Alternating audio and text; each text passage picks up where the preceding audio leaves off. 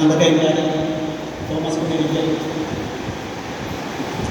സമിതി president GB master, secretary ലിൻസ്, അതുപോലെ രണ്ടാം മേഖല കൺവീനർ നമ്മുടെ മാനുവൽ,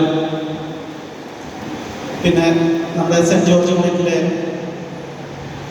ഭാരവാഹികളെ, കുടുംബാംഗങ്ങളെ ഒത്തിരിയധികം സന്തോഷമുണ്ട്. ഒരു അധ്യക്ഷൻ നിലയ്ക്ക് ഞാൻ ആദ്യമായിട്ടാണ് ഇങ്ങനെ ഒരു വിശിഷ്ടതയുള്ള ഒരു വേദിയിൽ ഇങ്ങനെ ചെറിയൊരു സംസാരിക്കാനായിട്ട് ഞാൻ ആദ്യമായിട്ടാണ്. അതുകൊണ്ട് അതിൻ്റെതായ ഒരു ചെറിയൊരു അങ്കലാപ്പൊക്കെ ഉണ്ട്. അപ്പോൾ എല്ലാവരും ഒന്ന് ക്ഷമിക്കുക. അപ്പോൾ ഒത്തിരിയധികം സന്തോഷമുണ്ട്. ഏതായാലും ഇങ്ങനെ ഇതേപോലെയുള്ള വാർഷിക പരിപാടികൾ നടത്തുമ്പോൾ നമ്മുടെ കുടുംബങ്ങൾ തമ്മിലുള്ള ഒരു ഐക്യമാണ് ഇവിടെ നമുക്ക് കാണാൻ സാധിക്കുന്നത്.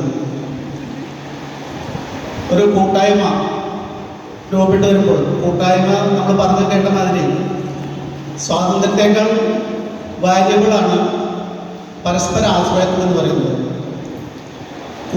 കൂട്ടായ്മ എന്ന കൂട്ടായ പ്രയത്നത്തിലൂടെയാണ് പല വല്ലായ്മകളും പോരായ്മകളും എല്ലാം നമ്മൾ പരിഹരിച്ചു പോകുന്നത്.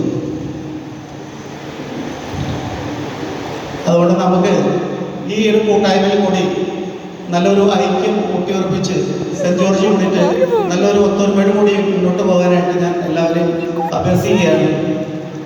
അതുപോലെ തന്നെ നമ്മൾ ഒരു ചെടി നനയ്ക്കുമ്പോൾ അതിൻ്റെ വേരിലാണ് നമ്മൾ ചെടി വെള്ളം നനയ്ക്കുന്നത്. അപ്പോൾ അതിൻ്റെ നനവ് നമ്മൾക്ക് ശാഖകളിൽ കൂടിയും അതുപോലെ തന്നെ ശാഖകളിൽ കൂടി വന്ന് ഇലകളും പൂക്കളും ആയി തീരുമ്പോഴാണ് ആ ചെടി ഒരു പരിപൂർണതയിലെത്തുന്നത്.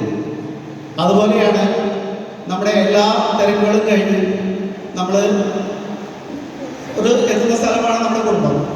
ആ കുടുംബത്തിലൊരു നനവ് എന്ന് പറയുന്നത് ഒരു മനസ്സമാധാനമാണ്. ആ മനസ്സമാധാനം ഉണ്ടെങ്കിൽ നമ്മൾ എത്തിപ്പെടുന്ന മേഖലകളിലെല്ലാം നമുക്ക് അതിൻ്റേതായ ഒരു വിജയങ്ങൾ കണ്ടെത്താനായിട്ട് സാധിക്കുകയുള്ളൂ. ഇപ്പോൾ ഒരു എഞ്ചിനീയറാകട്ടെ ഡോക്ടറാകട്ടെ അവരുടേതായ മേഖലകളിൽ ശോഭിക്കാൻ കഴിയുമെങ്കിൽ കുടുംബത്തിൽ നിന്ന് തുടങ്ങണം. സമാധാനം ഉണ്ടെങ്കിലാണ് അത് നടക്കുകയുള്ളൂ. അപ്പോൾ അതുകൊണ്ട് എല്ലാ കുടുംബങ്ങളിലും മനസ്സമാധാനത്തിനായ ഒരു അന്തരീക്ഷം സൃഷ്ടിക്കാനായിട്ട് ഈ കുടുംബസമ്മേളനം വഴി ആധ്യാത്മികമായിട്ട് നമുക്ക് കുറച്ച് വളർച്ച പ്രാപിക്കാനായിട്ട് സാധിക്കുമെങ്കിൽ അതൊരു നല്ലൊരു കാര്യമായി തീരട്ടെ എന്നാണ് എൻ്റെ ഒരു ആഗ്രഹം.